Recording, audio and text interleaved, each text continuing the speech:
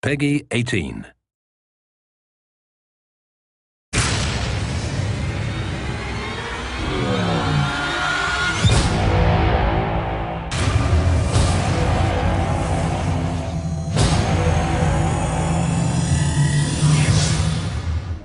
So we're here today in Hoboken, not very far from Sabre Interactive's New Jersey office.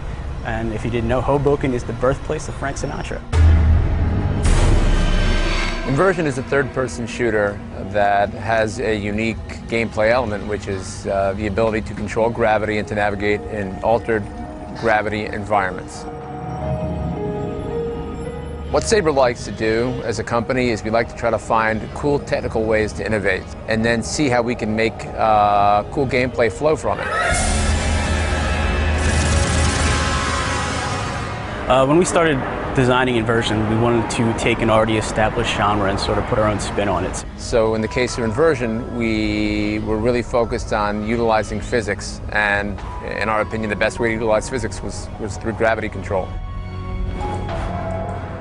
In the single-player campaign, you play as Davis Russell, who's a cop. Davis Russell is just a policeman with a wife and a kid and a life. On a routine day, he's out with his partner, Leo Delgado, and on the way home, just this incredible thing happens. Vanguard PD, hands up! Drop your weapons! We don't know who the invasion is from. We don't know who these people are. Citizens are running down the street, there's big explosions, they're just completely puzzled. Parts of the ground are being lifted up into the air, and we don't know exactly what's happening to the world around them as gravity starts to shift and change in strange ways. So you can also play the game if you're the second player as a guy named Leo Delgado.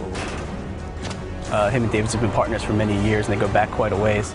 Davis is very different from Leo, and they're a good complement to one another in the gameplay. The enemies are called the Lutadors. Davis and Leo really aren't sure where they've come from.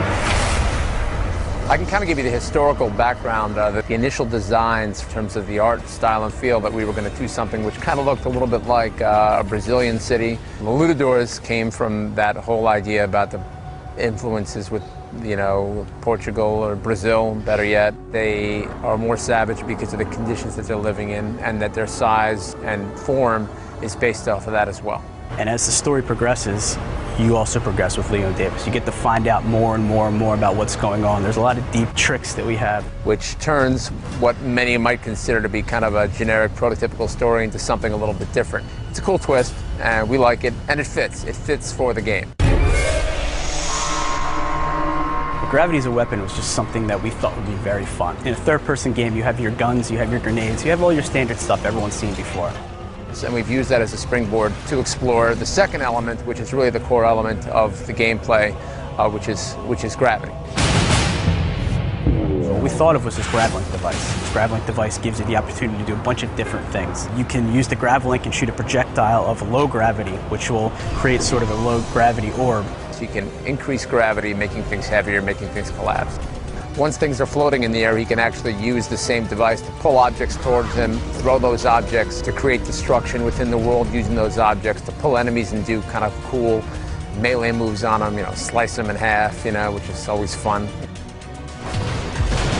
Come on, move it! There's things that we didn't even know the player can do until we started playing around with gravity within the course of the game. You know, you want to get to use them, you want to learn them, and sort of become really intimate with these things, because they're going to help you out. And because we're using realistic physics to simulate everything we're doing in the game world, there's no limits to what can be done. So I think people are going to be doing things that we didn't expect, and we're going to be surprised by them as well.